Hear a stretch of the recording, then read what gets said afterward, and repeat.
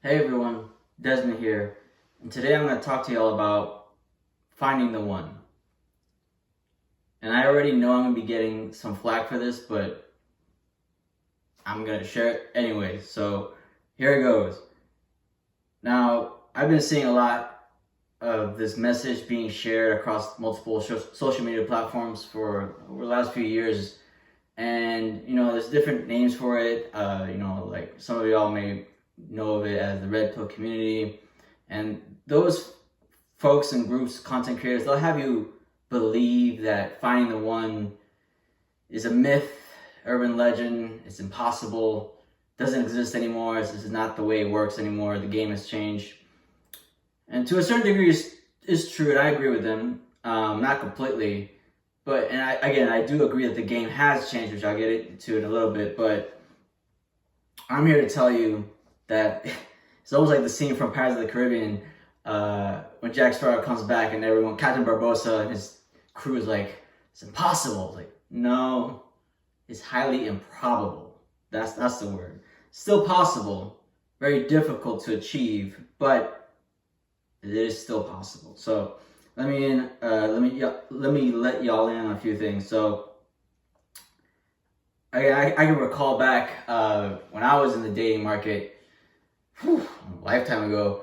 I was there before the advent of social media. I think Facebook was getting started, and everyone was like, "Oh, you should start exchanging Facebook profiles, messages, and stuff like that."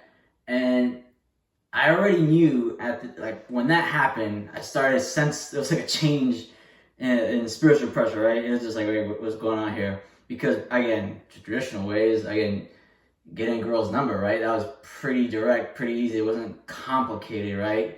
Girls knew what that was for, right? And then as soon as Facebook got in the mix, it was like, oh, it added like an extra layer.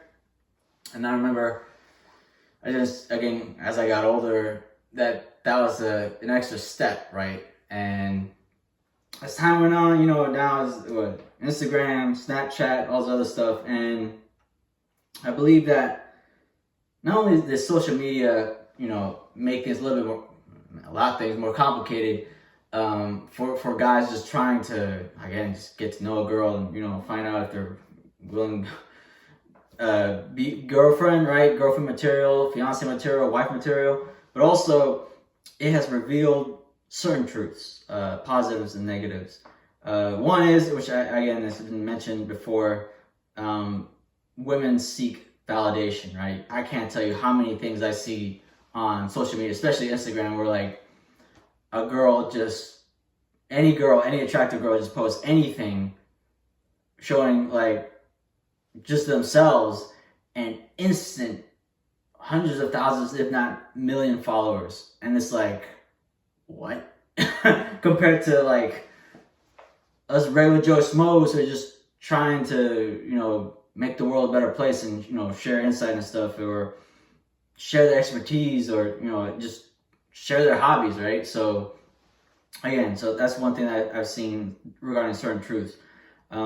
Also, just saying it, I have noticed, unfortunately, which I agree with a lot of the sentiment across different generations, especially folks who are in the dating market right now. Again, that the quality of women, unfortunately, have tanked the quality pool, right? Like, I see it in all these interviews, right? And like these folks, these guys, they interview these folks when they're going to clubs or stuff, right? On the weekends, Friday nights, and virtuous, traditional, classically brought up, valued women. It's a rarity. It's become a rarity because you don't see it, right, in these shows like Pop the Balloon. They're all about this different energy that wasn't a thing back in my time when I was in the dating market, and also from what I recall with my senior folks, parents, grandparents. Again, I agree. The game has changed, making it more difficult for us regular guys, right, in the dating market to just find a connection, let alone true love, right? So I would say I agree with the concept that in order to find the one, right? If there is, which I believe that there is that possibility, that is true, that there is a one for each person, right? Again, going back to the Bible, right? God created Adam and he gave Adam Eve, right? So I truly believe we have another half, our other half to find in this lifetime, in this, existence, right? In order to do that, for this dating market, I would advise and agree that you need to focus on self-mastery, right? Because again, there's a lot of women that even when I was in the dating market that you could potentially get, and but do you want that experience, right? To also share another example is that and this relates, I think this applies to a lot of folks. Like you hear this concept of passport bros, like, oh, you can't find the woman because of the market, the pool is difficult and unyielding, so I have better luck going to a different country where they have traditional valued women, right? Okay. And I've seen some folks where they go for the wrong reasons. They go for just living that life, right? Having connections with multiple women, right? Versus starting a family. And what I'm trying to get at is, I remember this one story in the Bible where I believe it was King Solomon, right? Where he had like hundreds of concubines, right? And he was living that lifestyle, right? And he wasn't happy. But he recalls when he was happy, when he was truly happy, was when he was in a marriage with one woman under God, right? And I remember reading that in the Bible, and I was like, it's interesting that this man, he was a king in his time, and he had all the women you can get at that time as a king, and yet he wasn't happy. And the only time that he remembers, and he stated that he was truly happy, was with one woman in a rightful relationship under God, right? With sanctity of marriage, right? So I think that is what a lot of folks are seeking, right? And I think that passage speaks to kind of temptation or lust, right? Where like it's limitless. It's an infinite rabbit hole. You can live that lifestyle and never be satisfied for years, right? You may think like this is it, but eventually you're gonna realize it doesn't end. It will never end. So might as well, like what is the legacy, right? Just living that in the moment versus creating a legacy, and as you get old and your time is done, you meet your creator, you can look back and say, hey, I left my mark the right way, right? So there's that to consider when, I guess, when you're in this dating market. Like, do you want to live one lifestyle, or do you want to achieve the harder path, which is the righteous path, right? So there's that. I would say also one thing to help y'all guys out in trying to find the one as an indicator, right? Because I oh my God, there was this one video where I was in disbelief, but there was this, I think it was this one, again, coach. She was talking to a individual lady.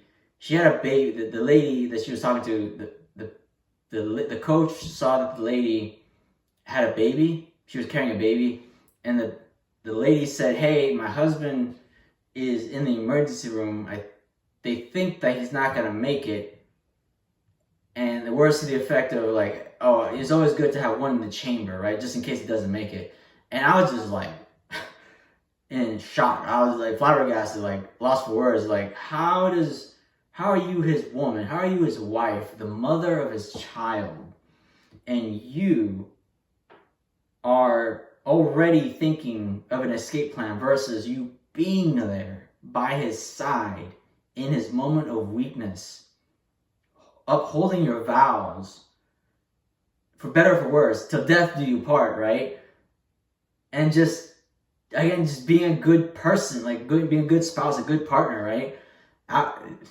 So I get it, guys. I get it. Like, if that's the quality of women that y'all have to choose from, yeah. So again, to help you guys out, I'm saying a man's life is almost like Bitcoin, right? It has its ups and downs. It's volatile, right? It's expected, right? You have to grow, and you only grow through having hard lessons, right? The Creator, he doesn't create strong men by giving them easy lives. So that's one thing women have to understand. Like, hey, there will be periods of time in your man's life that he's gonna have a rough season. It will change him. It will be a crucible moment.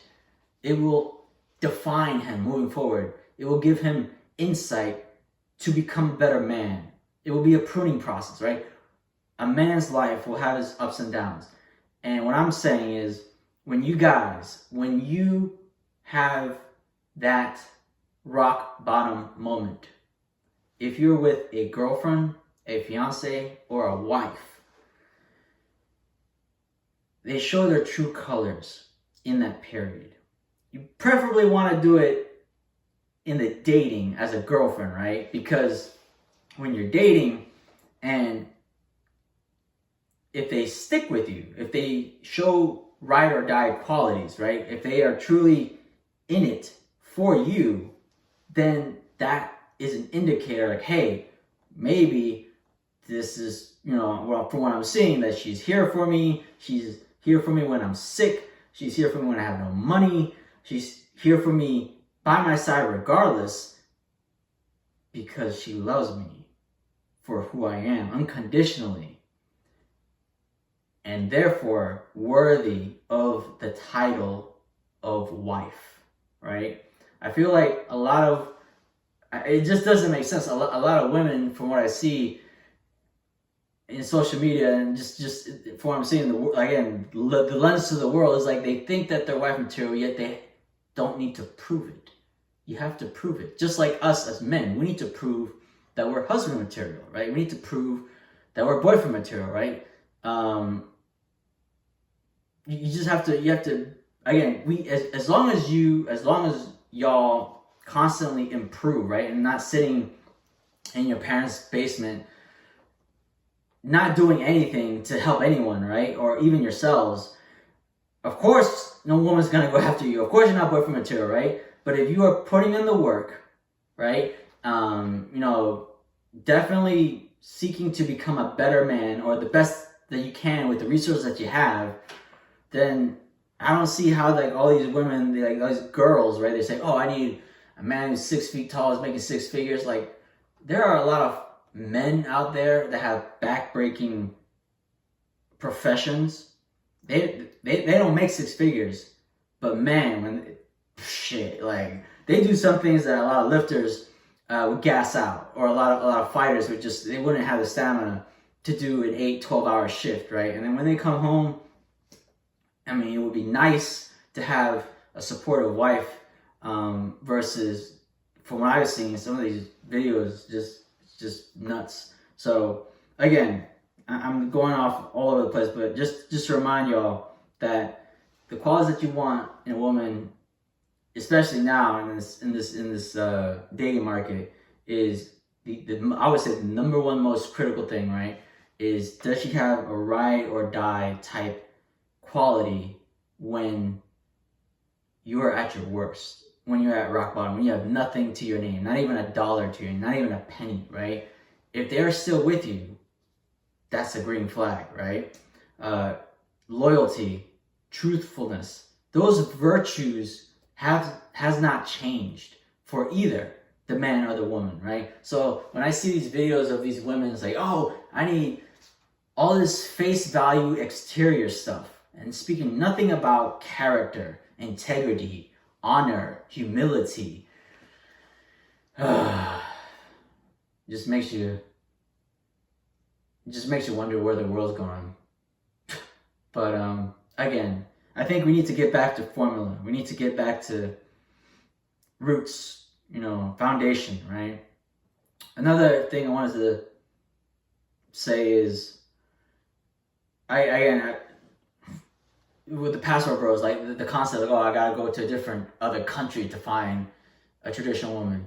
Well, not necessarily. I mean, I would think that, just given the last election, you have your map already for the United States of where you could go to find traditional conservative values, right? I saw this one video, I'm saying this jokingly, but I saw this one video, I was just in disbelief. There was one girl talking, I forgot what podcast, but it was like, I think the question was asked by the host, like, hey, if there's a home invasion, what do you want your man to do? And she was like, well, I don't want him to use,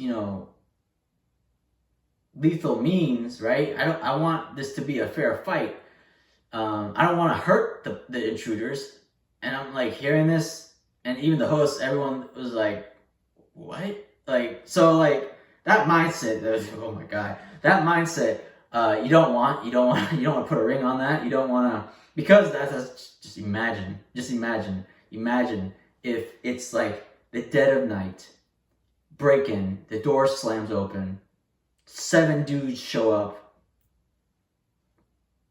you pull out what you got to pull out to defend your family, and then your woman at the top of the stairs says, oh, don't do that, that's not fair.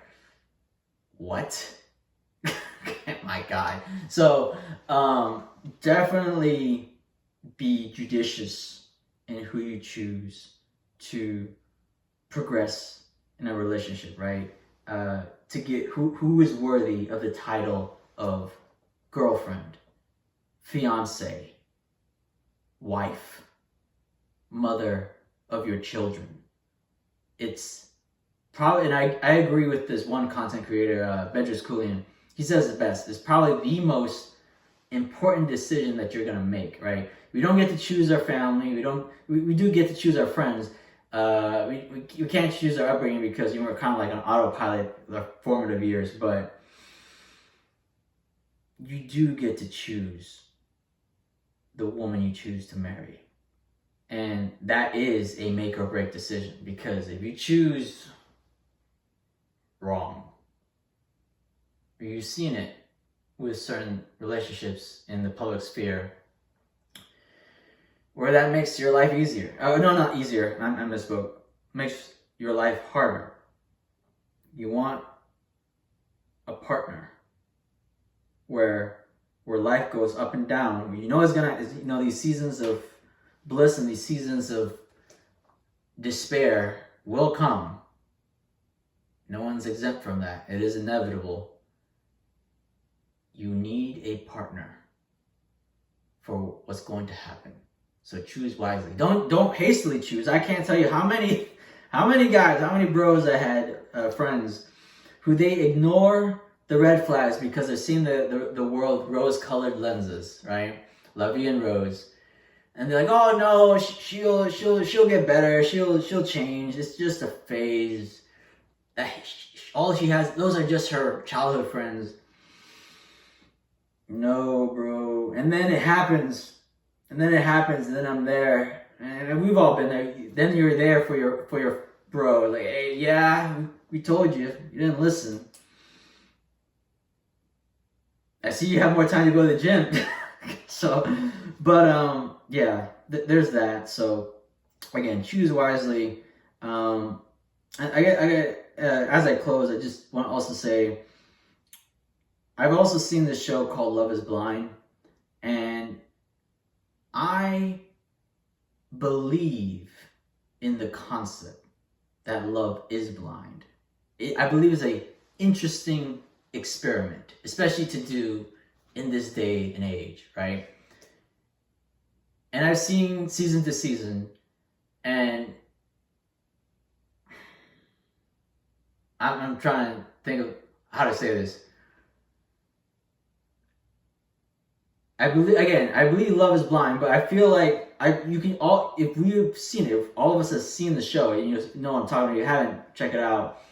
You can see how, like, what I'm talking about with the red flags. Like, a lot of these guys, you can see, even though they haven't seen the girl, and the girl hasn't seen the guy, you can see the red flags are starting to form, right? But they don't see it, or they don't hear it, right? Because they haven't seen them because they're seeing it or hearing it with rose-colored glasses, right? And then you see the way things unfold. And again, all I'm trying to say is, I agree that love is blind, but it's unfortunate to see when they get together, they kind of give up too easily. Some of them. Some of them, you've seen the shows, a couple seasons. Some of them pull through, some of them make it, right? Which is great to see, right? It's great to see folks find their true match. But I feel like back in the day, different generations, right? They made it work. They truly, truly lived and believed in the saying, "Till death do you part, for better or for worse." And I feel like, with the stats, right? With like, divorce is like 50% probable for all marriages. I feel like there's a quitting culture, right? There aren't folks willing to put up with it. And I can understand there's different scenarios, right? Like infidelity, lack of loyalty, all those other scenarios when it gets to the legal realm, there's that. But also, I'll say this, if it's salvageable, if it's genuinely salvageable from an integrity standpoint, right, then okay, put in the work to save it. Again, honor your vows. But if it's not, right, if it's just straight up craziness, like beyond a reasonable person's standard, so to speak, then by all means, obviously, right, for those extreme scenarios, right? But like if it's like a small thing here and there, you guys can make it work, right? But if it's like a real extreme situation, don't tolerate it, right? So again, the whole divorce thing is unfortunate. It's unfortunate to see those stats, but it's always good to see those folks that who are like been in marriages and they're celebrating their 50 or 75-year anniversary. Those generation of folks. I'm curious to see how things will play out when I think the time of boomers and Gen Xers is coming, right? Is coming, right? Closer to footnote's end. Not saying it in a bad way, but it's just I feel like as time moves on, right, the Gen Xers and the boomers, right, they will kind of be like of the prior generations, right? And then the focus will be on the millennials and the Gen Zers, just with the past. Again, I'm speaking 5, 10, 15, 20 years from now, right? The focus will be millennials and Gen Zers, right? And I'll be curious, this is a curious thought to think of, right? Concept to think of, what will happen when us millennials and Gen Zers, right? When we are in our 80s, 70s, 80s, and 90s, what percentage of marriages would have succeeded with those folks that are still alive, right? And compare those stats with prior generations would be interesting to. I just think that would be an interesting study to see. So, but I know I spoke a lot, but I just wanted to share my my insight, share my perspective to hopefully help y'all navigate during these uncertain times. Hopefully increase your chances of truly finding the one, because I believe that the Creator has given us a chance to find our soulmate in our lifetime, and you want to take the opportunity and not squander it, right? Not just, you know, throw it to the wayside. So anyways, if you find any value that what I'm sharing, please be sure to like, comment, subscribe, and yeah, that's it. So good luck, brothers. I truly wish you the best of luck. So this is Desmond signing out. Good journey.